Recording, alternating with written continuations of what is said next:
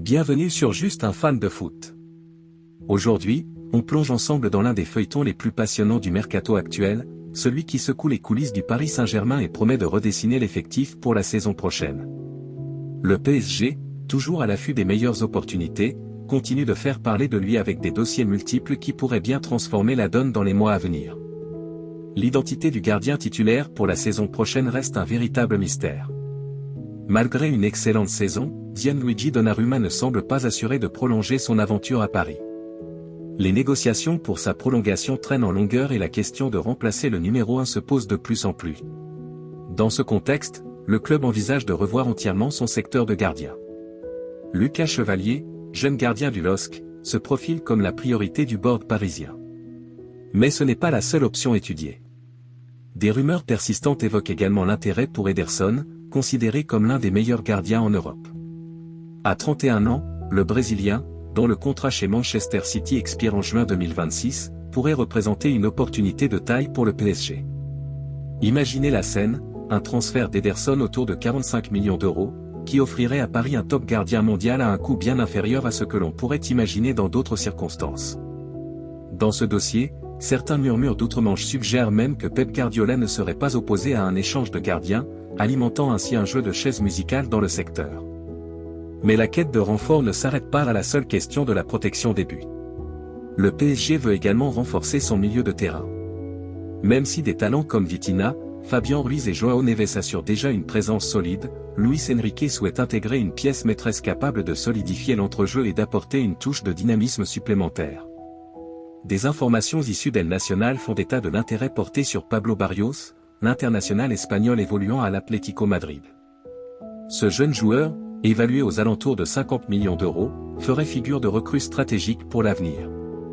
Sa course effrénée en Liga et sa régularité en Ligue des Champions ont déjà séduit de nombreux observateurs, et la concurrence pour le récupérer sera rude, avec le Bayern Munich et Chelsea également dans la course. Le PSG, toujours prêt à multiplier les salaires pour attirer les talents, ne ménage pas ses moyens pour rester en tête de ces négociations. Passons maintenant aux coulisses du Paris Saint-Germain, où l'avenir de Luis Campos, le conseiller sportif du club, suscite de nombreuses interrogations.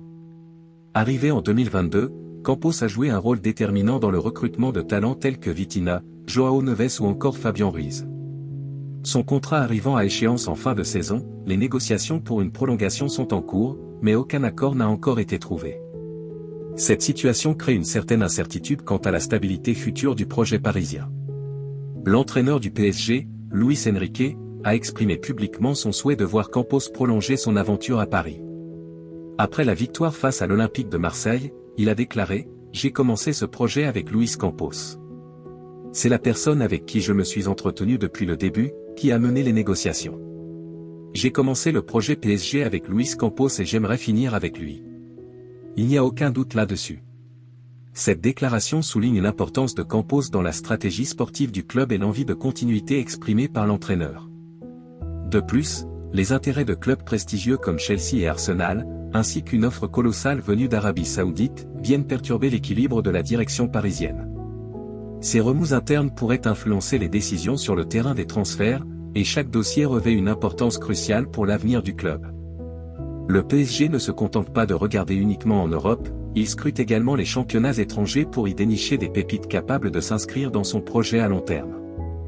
Après avoir investi dans des jeunes talents tels que Bradley Barcola, João Neves ou encore Désiré Doué, le club parisien étend son radar à l'international. Cette fois, l'attention se porte sur l'Amérique du Sud, et plus précisément sur un jeune prodige argentin de River Plate. Franco Mastantuono, meneur de jeu âgé de seulement 17 ans, fait déjà l'objet d'un vif intérêt. Ses performances impressionnantes, 4 buts et 3 passes décisives la saison dernière témoignent d'une maturité hors norme pour son âge. Selon El Crack Deportivo, le PSG serait prêt à déclencher sa clause libératoire fixée à 40 millions d'euros pour arracher ce jeune talent à River Plate.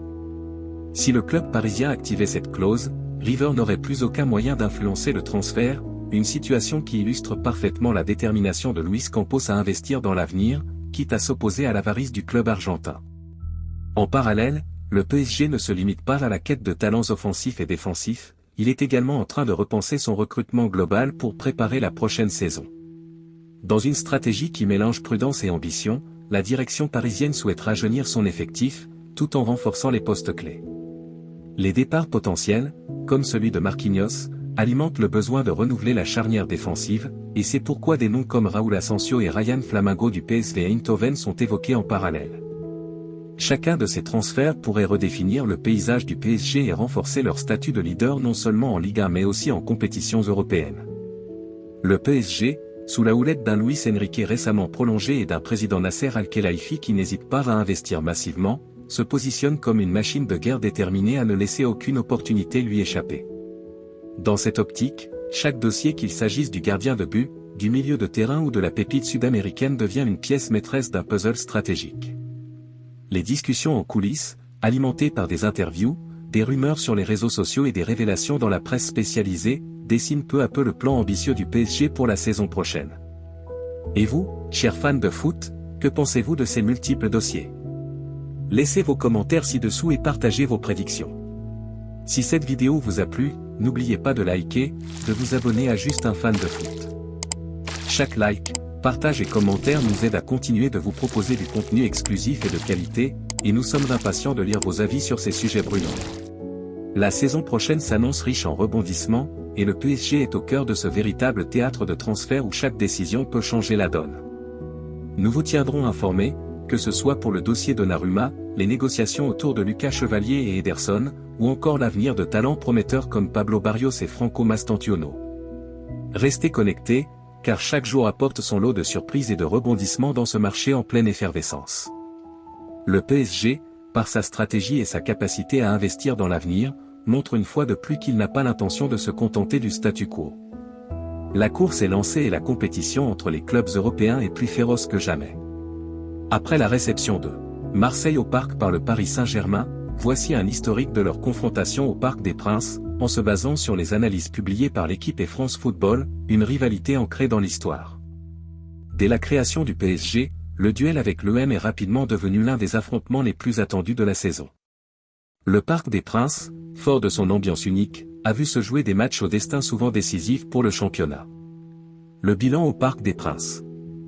Les statistiques relevées par l'équipe montrent que, sur l'ensemble des confrontations à domicile face à l'OM, le PSG affiche un bilan nettement positif.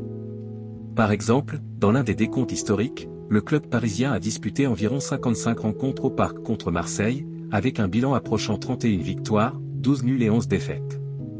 Ce record témoigne de la domination parisienne sur son terrain tout en illustrant la difficulté de prendre l'avantage dans ce duel particulièrement chargé d'émotions.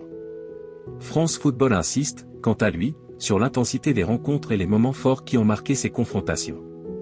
L'un des matchs emblématiques souvent cités remonte au 8 janvier 1978, lorsque le PSG réalise une victoire mémorable 5-1 face à l'OM. Ce match, qui reste gravé dans les mémoires par ses retournements de situation et la qualité des actions individuelles, symbolise parfaitement l'esprit combatif et l'exigence de performance qui caractérise ce face-à-face. Les analyses de France Football rappellent également que, malgré un bilan favorable aux Parisiens à domicile, chaque rencontre apporte son lot de suspense et de revirements qui font la richesse de cette rivalité. Avec l'avènement de l'RQSI, le PSG a consolidé sa suprématie au Parc des Princes. Les récentes confrontations, qu'il s'agisse des duels en Ligue 1 ou des matchs officiels, montrent une continuité dans le jeu offensif et défensif de l'équipe parisienne. Des séries de victoires consécutives, ainsi qu'une stabilité défensive, ont souvent permis au PSG d'imposer son rythme dans ce choc historique. Les deux journaux spécialisés soulignent que cette dynamique renforce la légende du classique parisien, où chaque match se transforme en un événement suivi de près par les supporters et les observateurs du football français. En résumé, l'historique des rencontres entre le PSG et l'OM au Parc des Princes se caractérise par un bilan positif pour le PSG à domicile.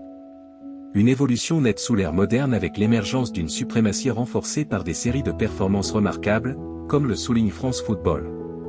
Ces éléments témoignent de l'intensité et de la complexité de cette rivalité, qui continue d'alimenter les débats et les analyses dans la sphère du football français. En espérant que cette vidéo vous a plu, si tel est le cas, n'hésitez pas à aimer cette vidéo, à donner votre avis dans les commentaires et surtout n'oubliez pas de vous abonner afin d'aider à faire grandir la chaîne Juste un fan de foot. Merci et à très bientôt.